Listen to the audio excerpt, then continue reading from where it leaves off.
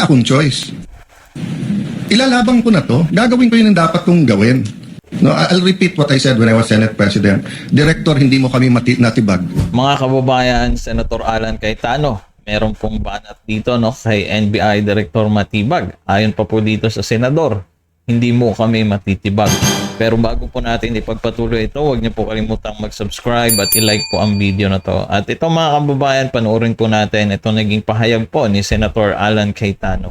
The manifestation of Senator Judge Padilla is noted. What is the pleasure of Senator Judge Cayetano? Presiding officer, Rule 6 of the impeachment proceedings is that the rules of the Senate is suppletory, and if there is anything that affects the honor, integrity, or the functions of us individually or as a Senate here as an impeachment court, someone can rise on a question of personal or collective privilege. I won't do that, but may I just respond to what Senator Padilla said, since my name was mentioned and since the investigation announced by the NBI yesterday seems to be pertaining to this person as chairman of the 2019 Organizing Committee of the Southeast Asian Games. May I, maybe in the form muna of manifestation, unless the presiding officer or Senate President thinks that I should elaborate on by asking for time on a personal collective privilege, but I don't want to start that. Senator Judge Cayetano may make his manifestation. For the record, sir. So, first and foremost, sa sinabi po ni Senator Padilla, I won't ask na ipa-play na yung video, but quite exhaustive yung sinabi ni NBI Director about the Southeast Asian Games. So, if the intention was to have a chilling effect, we already have that chilling effect. May 11, hinabol dito sa session hall na to ng mga ahente ng NBI si Senator Bato. May 13, nagkaroon ng enkwentro, putukan, pinipilit ng NBI na hindi sa loob ng Senado, but we have all the evidence that it was inside the Senate. Other incidents, I do not want to evoke a reaction or debate because I want to respect my fellow senators.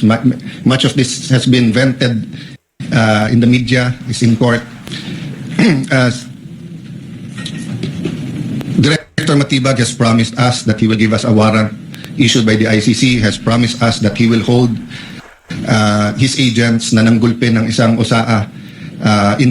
He will be the one to implement the contempt order and hold them in his office, but wala ditong natupad.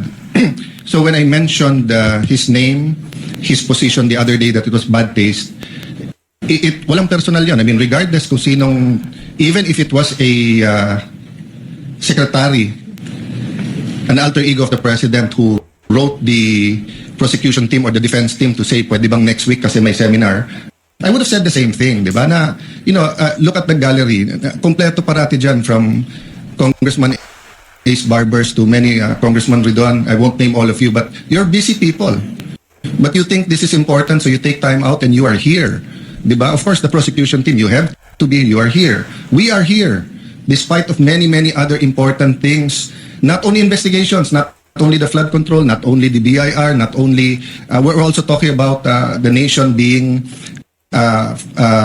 prone to volcanic eruption, to yung bagyo, buti, well, nasalanta pa rin tayo ng bagyong Inday. Ibang Inday ang pinag-uusapan natin dito sa impeachment.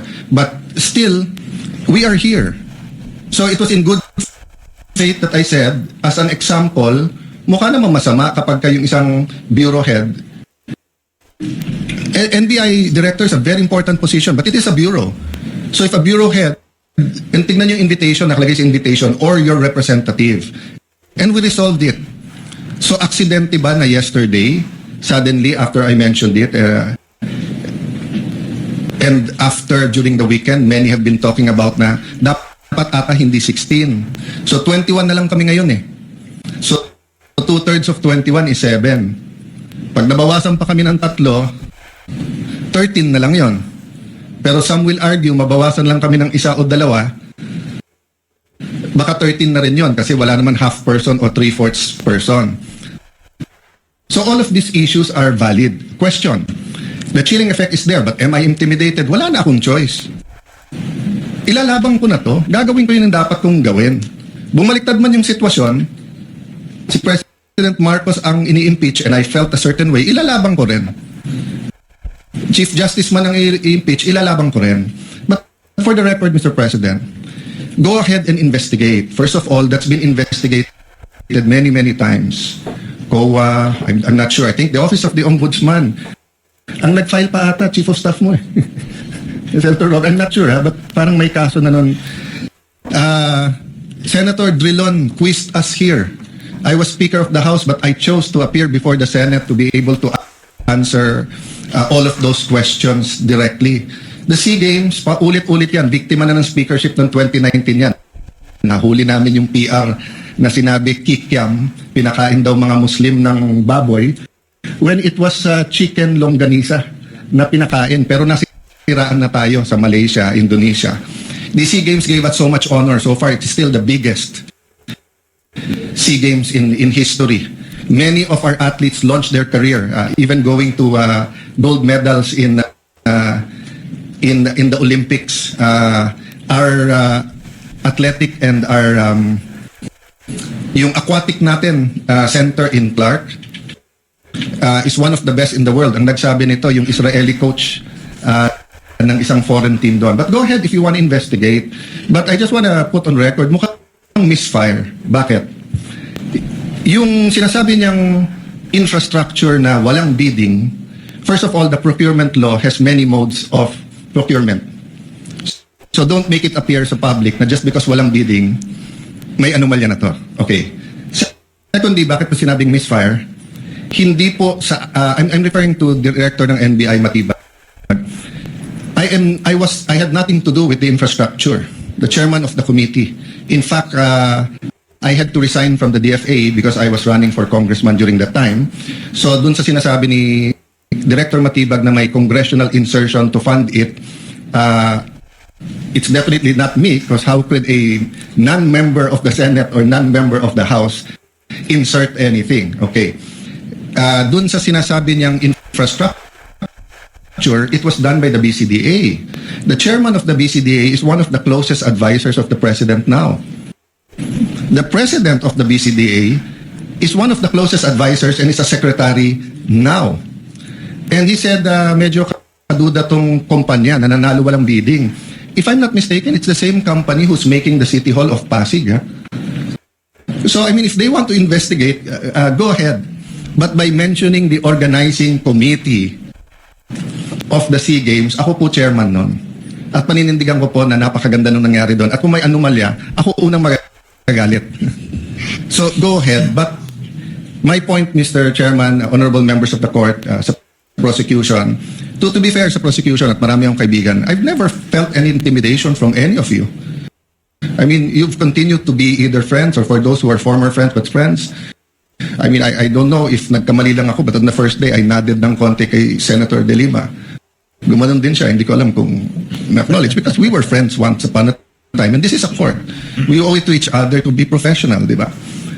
So wag tayong pumayag na someone like Director Matibag would do that. My point, Mr. President, Mr. Presiding Officer, he could have not announced it and investigated. Iimbestigahan mo, tingin mo may mali, iimbestigahan mo.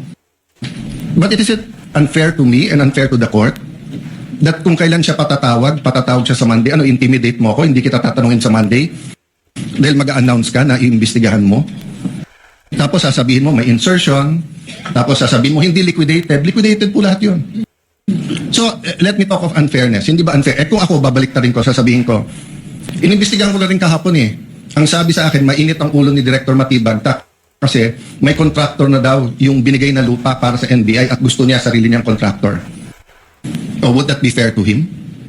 No. It would be a marites accusation. So, that's the same thing he announced yesterday. A marites accusation towards me that affects this court because I am now a senator judge. So I hope this is the last time that I'm going to have to speak about this. But definitely, we've been speaking about this, binabawasan talaga kami. Iniisa-isa, even yung mga vlogger na malapit sa administrasyon, sabi, 2 down, 3 down, may kasunod na. Diba? So, Mr. President, I want this impeachment to be a test that the 1987 Constitution works, and that despite political differences, the prosecution and defense, I saw them after the first or second day, nagkakamayan kayo. Nagkakamustahan. After the first or second day nung mainit na baliktaktakan dyan sa pre-trial, nagbabatian, di ba? Even in court. So, we can't help but be emotional. We can't help but get mad at what we think is disgusting or sometimes crossing the line. But is there any question that for this verdict, whether it's for conviction or acquittal, to be accepted by the Filipino people, we have to make sure that the integrity of the court is intact. I will admit to you, nahirapan po ako. Wala si Senator Marcoleta. Iilan lang po kaming abogado dito. Si Senator Pangilinan, si Senator Cheese, si Aimee sa law graduate, di ba? Pia. Senator Pia, Bang is a second-year law student and I'm encouraging him na tapusin niya. Total review na yung nangyayari ngayon. But it's not easy. 24 lang kami, nabawasan na ng 3. So I hope this issue of the integrity of the court becomes an issue for all of us. No, I'll repeat what I said when I was Senate President. Director, hindi mo kami natibag. So wag mo try itibagin tong representation na to o itong impeachment court, because what you're doing is not helping. Investigate whatever you want to investigate. You want to investigate ba't ako nagpatubo ng balbas? Investigate mo, no problem with me. Pero wag mo nang i-announce kasi nga naaapektuhan yung integrity ng court. Thank you for the leeway, Presiding Officer. Thank you, Senator Judge Alan Cayetano. So, to cut the long story short po mga kababayan, no, ang pinag-uusapan po pala nitong issue na to ay si Director Matibag daw po gustong pa-imbestigahan nitong si Senator Alan Cayetano patungkol po doon sa 2019 SEA Games. No? Kaya naman makita natin yung reaction po dito ni Senator Alan Cayetano at meron pa siyang mensahe na iniwan dito kay NBI Director Matibag na matibag, hindi mo kami matibag. So yun po mga kababayan, kung meron po kayong komento, i-comment nyo na naman po din sa baba. Maraming salamat po.